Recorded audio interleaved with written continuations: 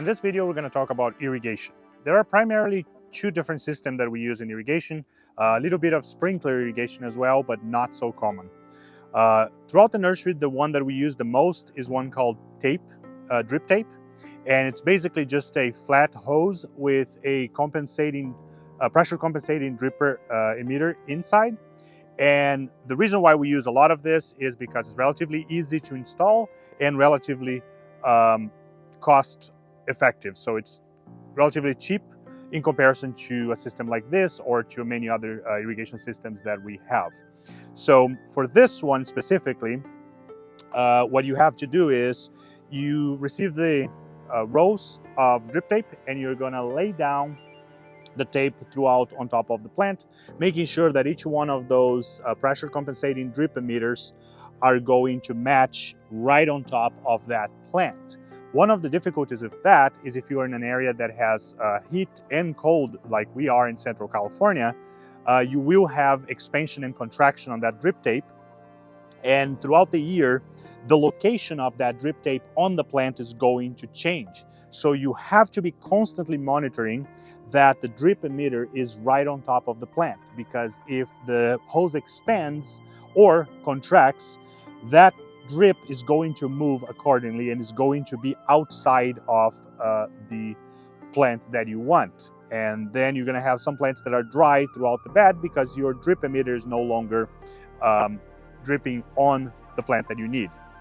So for a regular container that is full with soil, it's a little bit less of a problem because as the drip emitter moves, the drip is still going to be on the soil. However, as we're moving more and more towards a system with what we call paper pot, this is a much smaller soil surface, so you will have to be a lot more careful. That's one of the reasons why we move towards the what we call spaghetti or spider or any other name you want to call it, but it's basically a stake that has ridges on the inside to direct the water, and that's connected to a small, very tiny tube, which is also connected to another one.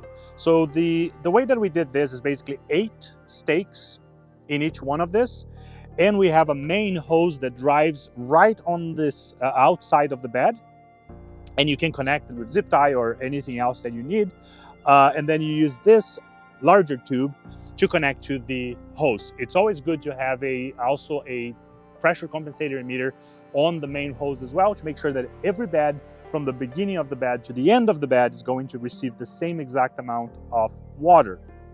So how do you install this after you connect there? It's very easy. I'm going to do it on one of this. I'm going to remove it and then put it back in.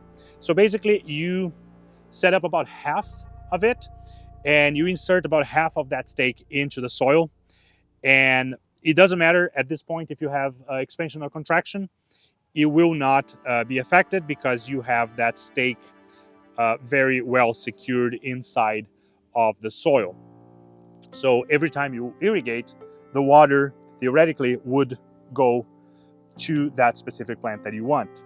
Another problem that I didn't talk about on the drip tape is that you also have clogging with the fertilizer and the salt buildup inside of this tape.